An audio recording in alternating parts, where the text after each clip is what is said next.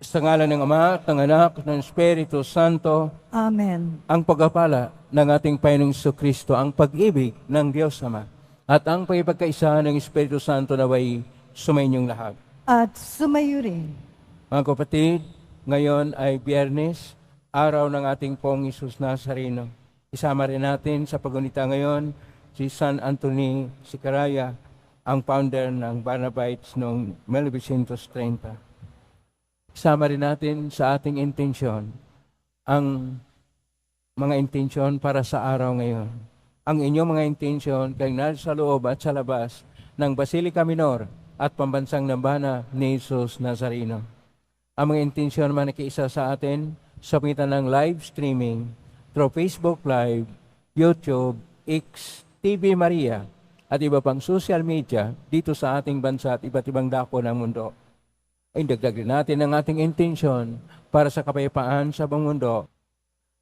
Mga kapatid, sinabi ni Propeta Amos na hindi na naisabuhay ang kabutihang loob ng Diyos dahil ang mga tao ay nilalamangan na at wala nang makatarungan ang pakikitungo sa kanilang kapwa. Sa ating Ebanghelyo ni San Mateo, tinatawag tayo na ating Panginoon na gaya ng kanyang pagtawag kay Levi na tayo ay mamuhay na maayos at maging masunurin, magkaroon ng habag at awa, sapagkat sinasabi sa ayon sa Ebanghelyo ni San Mateo, sinasabi ng ating Panginoon na pumarito siya hindi upang magpahayag ng Ebanghelyo sa mga matuwid, bagkus narito siya para sa mga makasalanan. Tayong lahat ay mga makasalanan. Aminin po natin ang ating mga kasalanan upang tayo maging marapat gumanap sa banal na pagdiriwang. Inaamin ko sa makapangyarihang Diyos at sa inyong kapatid na lubha akong nagkasala sa isip, sa salita, sa gawa at sa aking pagkukulang. Kaya'y sinasamo ko sa mahal na Birhen Maria, sa lahat ng mga anghel at mga banal, at sa inyong kapatid na ako'y panalangin sa Panginoong ating Diyos. Kaawaan tayo na makapangyarihang Diyos, patawarin tayo sa ating mga kasalanan, at patnubayan tayo sa buhay na walang hanggan. Amen. Panginoon, kaawaan mo kami. Panginoon, kaawaan mo kami. Kristo, kaawaan mo kami. Kristo, kaawaan mo kami. Panginoon, kaawaan mo kami. Panginoon, kaawaan mo kami. Manalangin tayo. Ama naming makapangyarihan, nilog mong akuin ng iyong anak ang cross at kamatayan upang ang sangkatauhay matubos at mabuhay. Ang pag-ako namin sa cross at kamatayan dito sa lupa ayon sa diwa ng pagsunod sa iyong loob na ginanap ng iyong anak ay magpagindapat nawang aming kamtin ang lubos na katubusan at pagkabuhay sa piling sa pamagitan ni Kristo kasama ng Espiritu Santo magpa sa walang hanggan. Amen. Magsupo muna ang lahat. Pagbasa mula sa aklat ni Propeta Amos. Pakinggan ninyo ito. Kayong sumisikil sa nangangailangan at kayong umaapi sa mga dukha. Ang sabi ninyo sa inyong sarili, inip na kaming matapos ang mga araw ng pamamahinga. Hindi tuloy namin mapagbili ang aming mga inani. Kailan ba matatapos ang Sabat para mailako namin ang mga trigo? Tataasan namin ang halaga. Gagamit kami ng maling takalan at dadayain namin sa timbang ang mga namimili. Sa halaga ng isang pares na sandalyas, Aming bibilhin bilang alipin ang taong dukha, patik, tulyapis ng trigo ay ipagbibili namin ng mataas na halaga. Sa araw na yaon, lulubog ang katanghalian ng araw at magdidilim sa buong maghapon. Akong Panginoon ang nagsasabi nito. Ang inyong kapintasay gagawin kong araw ng pamimighati at ang masasayang awitin ninyo'y magiging panangisan. Pipilitin ko kayong magtalokbong ng magaspang na sako at mapipilitan kayong mag-ahit ng ulo. Matutulad kayo sa magulang na nagdadalamhati dahil sa pagkamatay ng kaisa-isang anak. Ang araw na yaoy magiging mapait hanggang sa huling sandali. Darating din ang araw na paiiralin ko sa lupain ang taggutom. Magugutom sila, ngunit di sa pagkain. Mauuhaw sila, ngunit di sa tubig. Ang kauuhawan nila'y ang aking salita. Akong Panginoon ang nagsasabi nito. Mula sa hilaga papuntang timog at mula sa silangang pakanluran. Hahanapin nila ang salita ng Panginoon, subalit di nila masusumpungan. Ang salita ng Diyos. Salamat sa Diyos.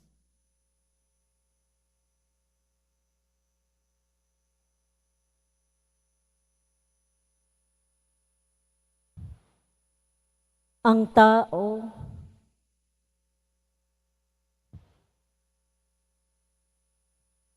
tao ay mabubuhay sa salita ng may kapal.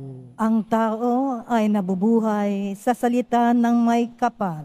Mapalad ang sumusunod sa kanilang kautusan, buong puso ang pagsunod sa utos na ibinigay. Ang tao ay nabubuhay sa salita ng may kapal. Buong puso ang hangad ko na ikaw ay paglingkuran. Sa pagsunod sa utos mo, huwag mo akong pababayaan. Ang tao ay nabubuhay sa salita ng may kapal.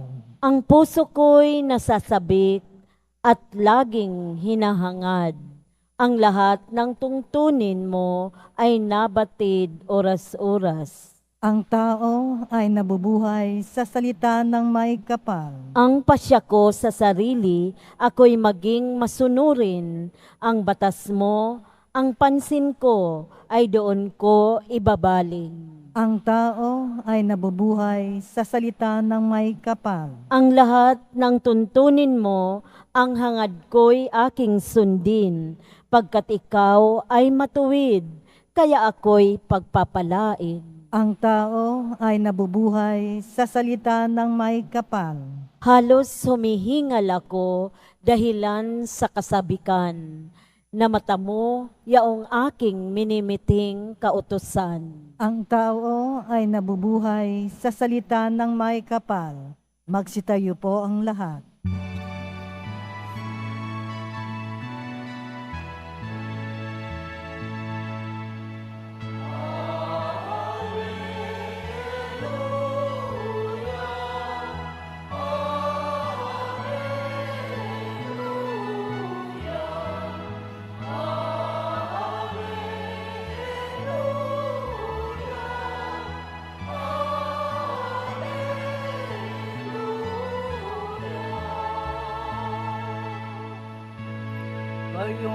Kayong mabigat ang pasa,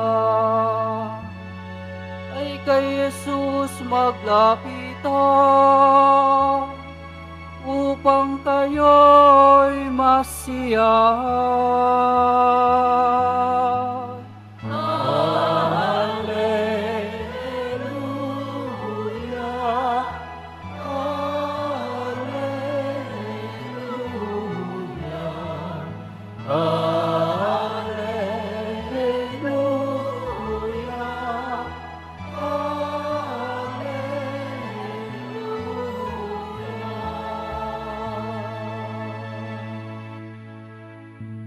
Sumainyo ang Panginoon. At sumayo rin. Ang mabuting balita ng Panginoon ayon kay San Mateo. Papuri sa iyo, Panginoon. Noong panahong iyon, umalis si Jesus sa kanyang paglakad. Nakita niya ang isang taong ang pangalay Mateo.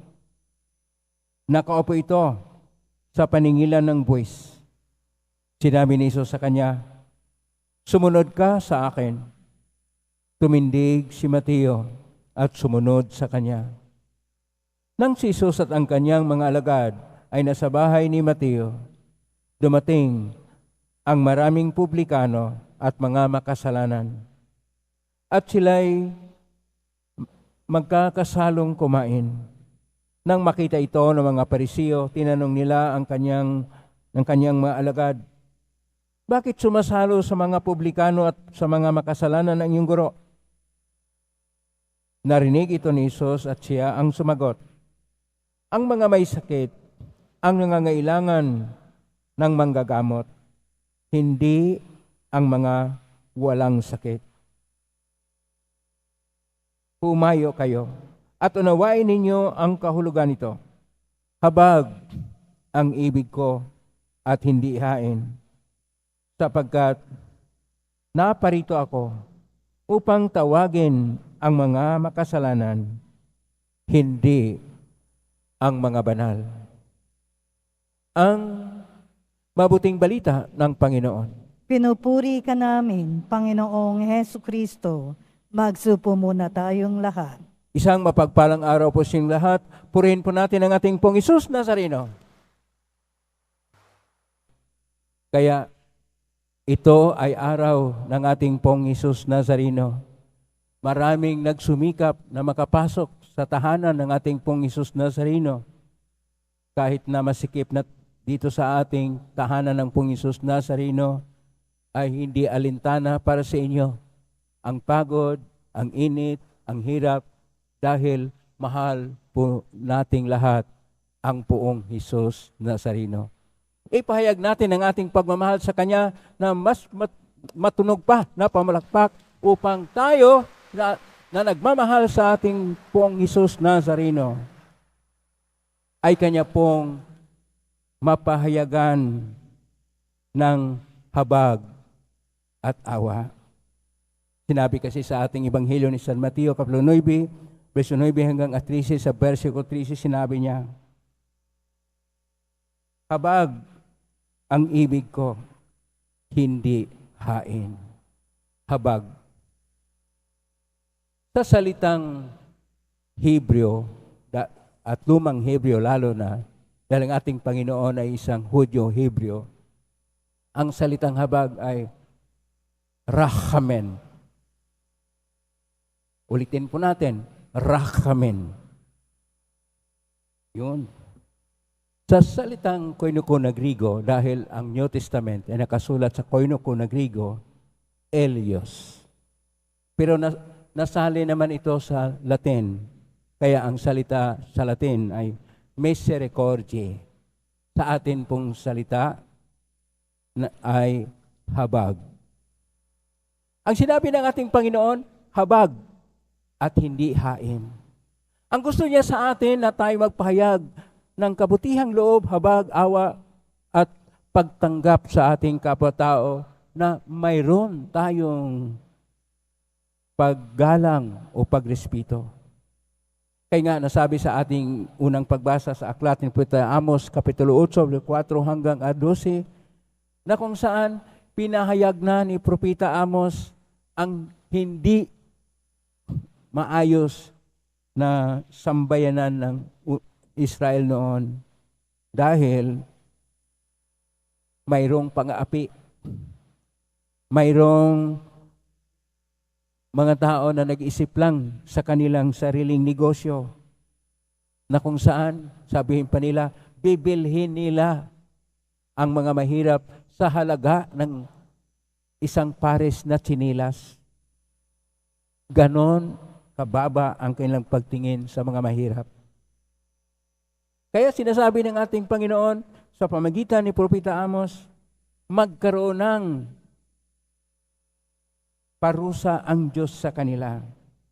Ang kanilang mga piyesta'y maging araw ng pamimigati. Ang kanilang buhay magkaroon ng tagutom at nauhaw dahil hindi umulan. At lahat ng mga bagay dahil hindi nagkaroon ng habag. Gusto ng Diyos na tayo'y magkaroon ng habag at awa sa ating kapwa-tao. At yun ang salita ng Diyos. Kaya sa ating Salmo 118, pinaalalahanan tayo sa versikulo 4 sa Ebanghelyo ni San Mateo, Kapitulo 4. Ang tao ay nabubuhay sa salita ng Diyos. Ang tao ay nabubuhay sa salita na ng ating Pong Isus Nazareno, na salita ng Diyos na nagkatawang tao, upang ang Diyos ay sumasa atin, upang ang Diyos ay madama natin, upang ang Diyos ay maging bahagi ng ating kasaysayan at ipahayag niya na ang Diyos ay Diyos ng pag-ibig, Diyos na may habag, Diyos na nakikiisa sa lahat ng sandali ng ating buhay, Diyos na hindi napalayo sa atin. Poong Hesus Nazareno, bahagi na ng kasaysayan ng tao upang tayo na mga tao na nasadlak sa kasalanan at bumagsak, tayo'y kanyang itayo at bigyan ng pag-asa dahil binayaran ng dugo, binayaran ng kanyang kamatayan sa krus upang ipahayag ang dakilang pag-ibig sa atin upang tayo maligtas sapagkat siya ay may habag sa atin. Rachkamen, habag. Elios, habag. Misericordia, mercy. Ito ang dapat nating isabuhay, ang habag. Sapagkat kung ito'y sinasabuhay natin, iba ang ating pagtingin at pagtanggap sa ating kapwa-tao. Iba ang ating pakikitungo sa Kanya. Sapagkat ang ating pakikitungo sa Kanya, una sa lahat, ay batay sa salita ng Diyos. O paano man natin ipahayag itong habag sa ating kapwa-tao?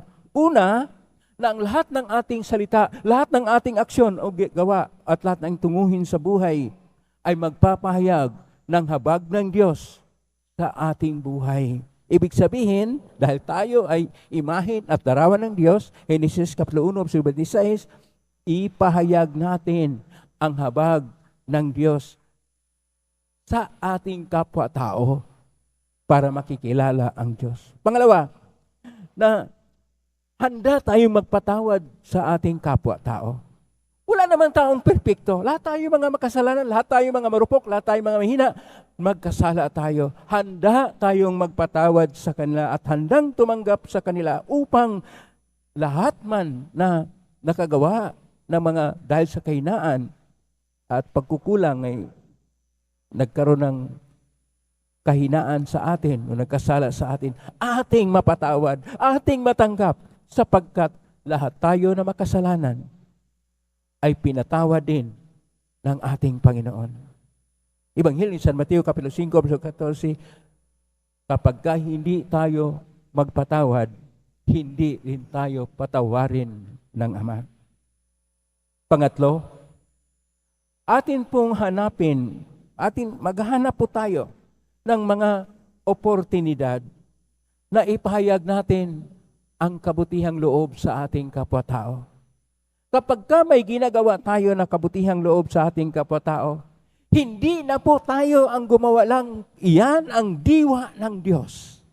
Ang diwa ng Diyos, ang Espiritu Santo, ang Espiritu ng Diyos, ay siyang nag-udyok sa atin upang tayo'y gumawa ng mabuti sapagkat tayo mismo, hindi natin kaya na gumawa ng mabuti. Ngunit kung tayo ay may awa, may habag sa kapwa, handa po tayo na magpahayag din ng habag at awa sa ating kapwa. At yun ang panawagan ng ating Panginoon. Kaya po sa ating Ebanghelyo, ang tinatawag niya ay isang publikano na si Mateo na Levi. Ano po ang publikano? Ang publikano ay tagapagsingil ng buwis. Pero ang buwis na kanilang sinisingil, hindi po para sa mga Israelita. Yun po ay para sa Roman Empire na sumasakop sa Israel noon at nagpapahirap sa kanila. Na ibig sabihin, tinuturing sila makasalanan. Kaya nagtanong itong iskriba. Sino po yung iskriba? Yung mga doktorado ng kautusan na tinatawag na Torah. At sabi, bakit ang iyong guro ay nakikisalo sa mga makasalanan? Ang mga publikano ay tinuturing na makasalanan. Pero para sa ating Panginoon, hindi po niya tinitingnan gaano kabigat, gaano kalaki ang ating mga kasalanan. Sapagkat kung gaano kalaki, kung gaano kabigat ang ating nagawa na kasalanan, ang Diyos ay puno ng habag. Ang Diyos ay may awa. Ang Diyos ay handang magpatawad sa atin kung tayo'y magsisisi, kung tayo'y babalik sa Kanya, kung tayo'y sumunod sa Kanya. Pakisabi sa katabi mo, sumunod ka sa Diyos. Sumunod at tumatalima tayo sa ating Panginoon. Isabuhay natin ang Kanyang Ebanghelyo. Magpahayag tayo ng habag. Sapagkat kung tayo ay marunong magpatawad sa ating kapwa-tao, ang kahinaan natin ay magiging lakas. Sapagkat ang tao na marunong magpapatawad ay siyang pinakamakapangyarihan at pinakamalakas. Ang taong hindi marunong magpatawad ay pinakamahina kahit dala pa niya ang pinakamalakas na baril o sandata. Kailangan rin natin ang pasyensya. Kailangan natin ang hindi lang pasyensya, mahaba na pasyensya sa ating kapwa. Sapagkat tayo kasi pasaway naman. Ako kung minsan pasaway din. Pasaway naman tayong lahat. Sa harap ng Diyos, wala pong matino. Pero kailangan magkaroon tayo ng mahaba na pasyensya. Upang kagaya ng Diyos, maari nating mahalin ang ating kapwa-tao. Upang kagaya ng Diyos, hindi lang siya mahalin, ituring natin na bahagi ng ating buhay. Nang sa gayon, kalakbay natin ang Diyos sa isang buhay na may pag-asa. At ito yung tema ng 2025 na Jubilee. Pilgrims of Hope. Kalakbay tayo na may pag-asa sapagkat mayroon tayong habag na ang Diyos ay ating nasasalamin sa ating buhay. At ang habag ay siyang pamaraan ng pag-ibig. At kung mayroong pag-ibig, nariyan ang Diyos. Gusto ng Diyos na mapahayag ang habag sapagkat ang pagkaroon ng habag, ulitin ko po, ay isang pamamaraan ng pagmamahal upang ang Diyos ay ating masasalamin dahil mahal na mahal na mahal tayo ng Diyos. Amen? Purihin natin.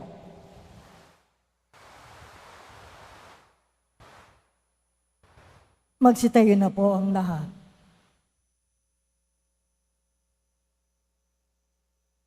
Mga minamahal ko mga kapatid, idulog natin sa mahal na pong Hesus Nazareno ang ating mga kahilingan. Taglay ang matibay na panampalataya sa Kanyang pagka-Diyos, ang tapat na pag-asa sa Kanyang kapangyarihan, at ang maningas na pag-ibig sa Kanyang puso. Atin pong itutugon, mahal na pong Hesus Nazareno, kaawaan mo kami. Mahal na poong Jesus Nazareno, kaawaan mo kami. Upang ang Eucharistia na ating tinatanggap sa komunyon at inihahandog sa misa bilang alaala ng mga hirap ng mananakop ay magdulot sa atin ng wagas na pagmamahal sa Diyos at sa kapwa. Manalangin tayo. Mahal na poong Jesus Nazareno, kaawaan mo kami.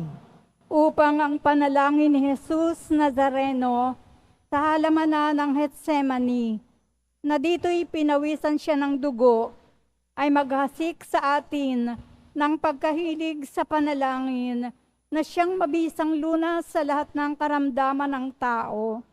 Manalangin tayo. Mahal na poong Jesus Nazareno, kaawaan mo kami. Upang ang kanyang koronang tinik, damit na purpura at krus ay magpaalaala sa atin ng kanyang mga aral at simulain bilang hari ng sanlibutan ay dapat maghari sa ating isipan, angkan at lipunan. Manalangin tayo. Mahal na poong Jesus Nazareno, kaawaan mo kami. Upang sa bisa ng kanyang pagpapasa ng krus sa mga lansangan sa Jerusalem, ay matuto tayong makiramay at makihati sa mga kahirapan at tiisin ang kapwa. Manalangin tayo. Mahal na poong Jesus Nazareno, kaawaan mo kami. Upang tulungan tayo ng mahal na Birhen, ina ng hapis, na maging tunay na larawan ng kanyang anak sa isip, wika at gawa, nang sa gayon ay makamit ang ating kahilingan sa poong Jesus Nazareno. Manalangin tayo. Mahal na poong Jesus Nazareno, kaawaan mo kami. Sa tahimik, idulog natin sa Panginoon ang ating mga sariling kahilingan.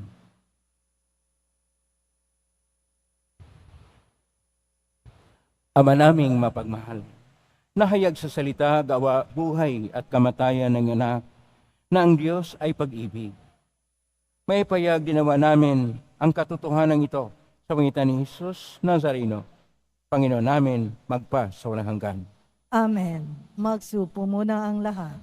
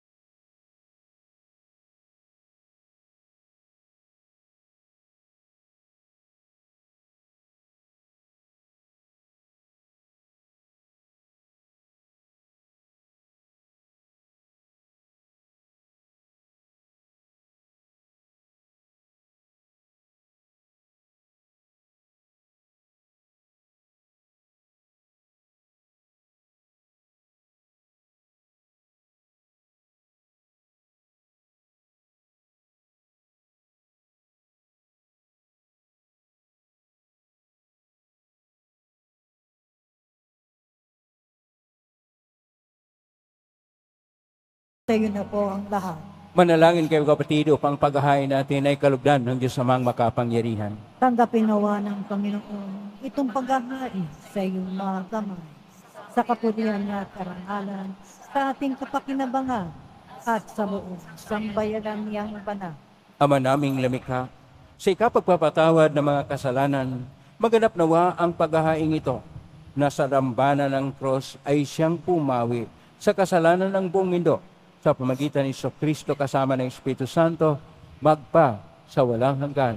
Amen. Sumainyo ang Panginoon. At sumayo rin, Itaas sa Diyos ang inyong puso at diwa. itinaas na namin sa Panginoon. Pasalamatan natin ang Panginoong ating Diyos. Marapat na siya ay pasalamat. Ama ng kapangyarihan, tunay nga marapat ni kay aming pasalamatan. Yung ipinasyang sa kahoy na cross, ang sangkatauhay tubusin ni Jesus. Sa punong kahoy, nagkapuhang ang kamatayan. Sa kahoy na cross, itinanghal ang pagkabuhay. Sa punong kahoy na naig ang sumuway sa iyo. Sa kahoy na cross, siya'y nadaig ng masunuring anak mo. Kaya kaisa namang hel si awit ng papuri siyang pay sa kalangitan. Kami nagbubuni sa kadakilaan.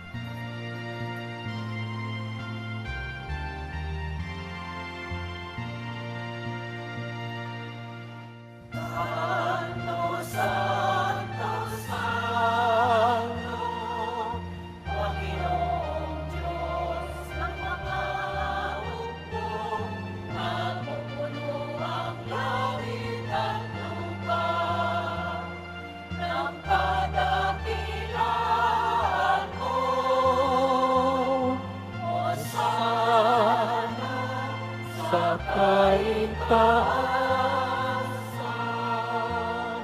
pinagpalang na maririto, sa ngalan ng Panginoon, Hosana sa kaitaasan.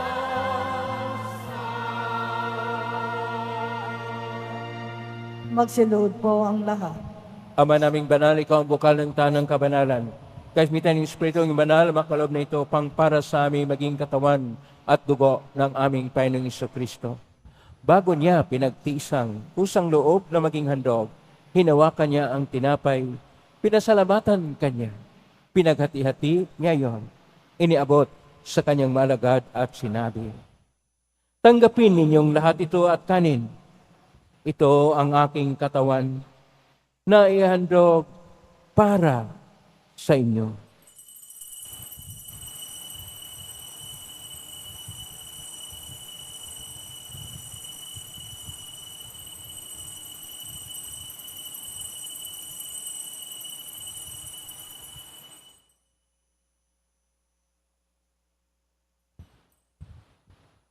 Gayon din naman nung matapos ang hapunan, hinawakan niya ang kalis.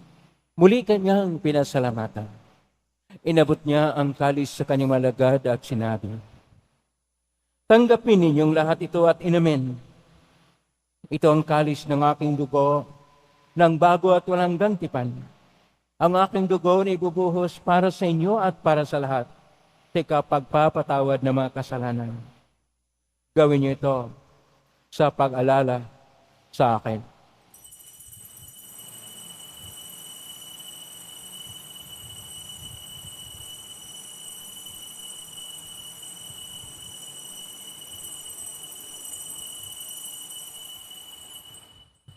Magsitayo na po ang lahat. Ang misteryo ng pananampalataya. Si Kristo'y namatay. Si Kristo'y nabuhay. Si Kristo'y babalik sa wakas ng panahon. Ama, ginagawa namin ngayon ang pag-alala sa pagkamatay at muling pagkabuhay ng anak, kahit naalay namin sa iyo ang tinapay na nagbibigay buhay at ang kalis na nagkakaloob ng kaligtasan. Kami nagpapasalamat dahil kami narapat na tumayo sa harap mo para maglingkod sa iyo. Isinasamo namin kaming magsasalo-salo sa katawan at dugo ni Kristo ay mabuklod sa pagkakaisa sa pamagitan ng Espiritu Santo. Ama, lingapin mong simbahang laganap sa buong daigdig. Pususin mo kami sa pag-ibig kay San Francisco na aming Papa at ni Jose na aming Obispo at ng Tanang Kaparian. Alalahanin mo rin mga kapatid naming naimlay na may pag-asang sila'y muling mabuhay gaya ng lahat ng mga pumanaw. Kawaan mo sila at patuloyin sa iyong kaliwanagan. Kawaan mo dapatin kaming lahat na makasalo siyang buhay na walang wakas kaysa ng mahal na Birhen Maria na ina ng Diyos, ng kabiyak ng puso niyang si San Jose, kaysa ng mga apostol, ni San Juan Bautista, ni San Antonio Zacaria, ni San Roque, ni San Lorenzo Ruiz de Manila, ni San Pedro Calungsod at ng lahat ng mga banal na namuhay dito sa daigdig na hanggang kalugod-lugod sa iyo. Maipagdiwang nawa namin ang pagpupuri sa karangal mo sa pangitan ng anak na aming Panginoong Jesucristo. Sa pamamagitan ni Kristo, kasama niya at sa Kanya, ang lahat ng parangal at papuri ay sa iyo, Diyos Ama, makapangyarihan, kasama ng Espiritu Santo, magpasawalang hanggan.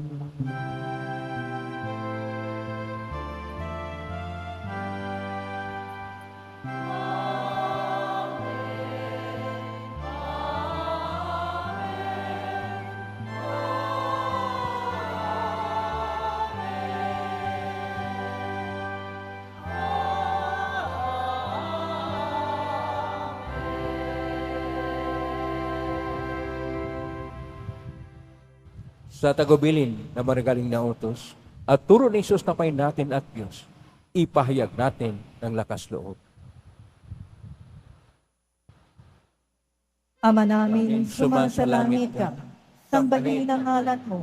Mapasa amin ang kaharian mo. Sundin ang loob mo. Dito sa lupa para ng sa langit. Bigyan mo kami ngayon ng aming kanin sa araw-araw. At patawarin mo kami sa aming mga kasalanan, para ng pagpapatawad namin sa nagkakasala sa amin. At huwag mo kami ipahintulot sa tukso, at iadya mo kami sa lahat ng masama.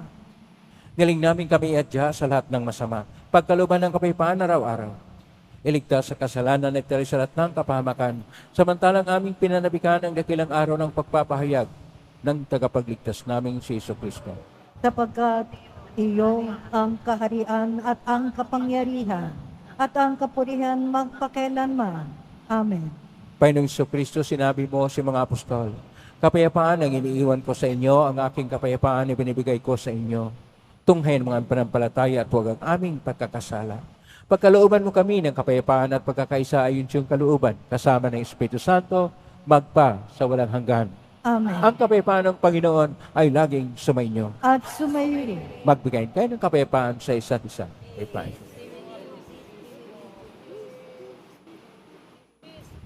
Kordero ng Diyos sa nag-aalis ng mga kasalanan ng sanlibutan, maawa ka sa amin. Kordero ng Diyos na nag-aalis ng mga kasalanan ng sanlibutan, maawa ka sa amin. Kordero ng Diyos na nag-aalis ng mga kasalanan ng sanlibutan, ipagkaloob mo sa amin ang kapayapaan. Magsilod po ang lahat.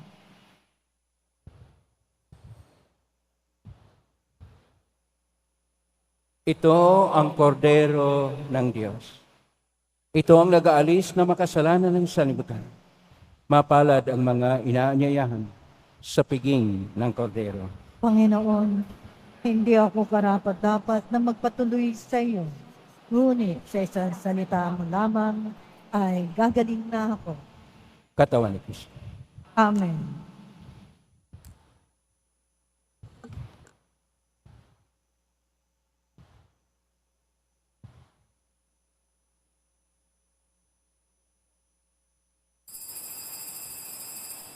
Para sa lahat ng tatanggap na banal na komunyon, sasagot po tayo ng Amen. Pagkasabi ng pari o ng lay minister ng katawan ni Kristo, at isubo agad sa bibig bago malis sa harapan ng pari o ng lay minister. Sumunod po tayo.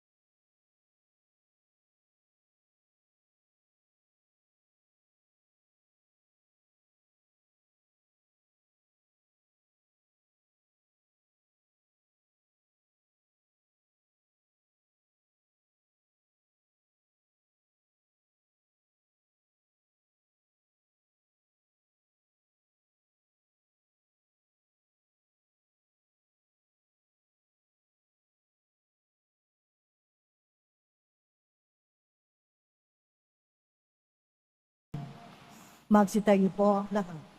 Manalangin tayo. Panginoong Jesucristo, Kaming nagsasalo-salo sa banal na pakikinabang ay nakikiusap sa iyo na mga nasagip sa kahoy na krus na nagbibigay buhay ay iyong ihatid sa pagkabuhay sa kalahatian sapagkat ikaw ang Panginoon magpa sa walang hanggan. Amen. Maraming salamat po sa inyong pagdalaw sa tahanan ng ating pong Isus Nazareno. Kayong narito at kayo naupnay sa iba't ibang social media platform na posting sa iba't ibang paranaway. Ang inyong panalangin ay dinggin ng pong Isus Nazareno. Salamat po sa lahat na walang sawang nagbigay ng tulong at donasyon sa Quiapo Church. Ang tulong po ninyo ay pagpapahayag ng inyong habag at pagmamahal sa kapwa nating mamahirap at nangangailangan. Salamat po sa inyong tulong. Pagpalain kayo ng Panginoon. Salamat sa lahat ng mga naglilingkod ngayon. Pagpalain kayo lagi ng pong Isus Nazareno. Plakpakan po natin lahat naman naglilingkod, lahat ng rito, lahat ng naugnay sa atin. Ang Diyos ay magpapala sa inyo, siksik, liglig, at nag-uumapaw ng mga biyaya. Habag. Racham. Elios. Misericordia. Mercy. Habag. Ito yung ating ipahayag sa ating kapwa.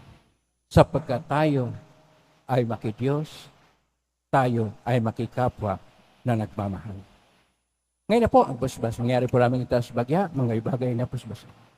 Sumainyo ang Panginoon.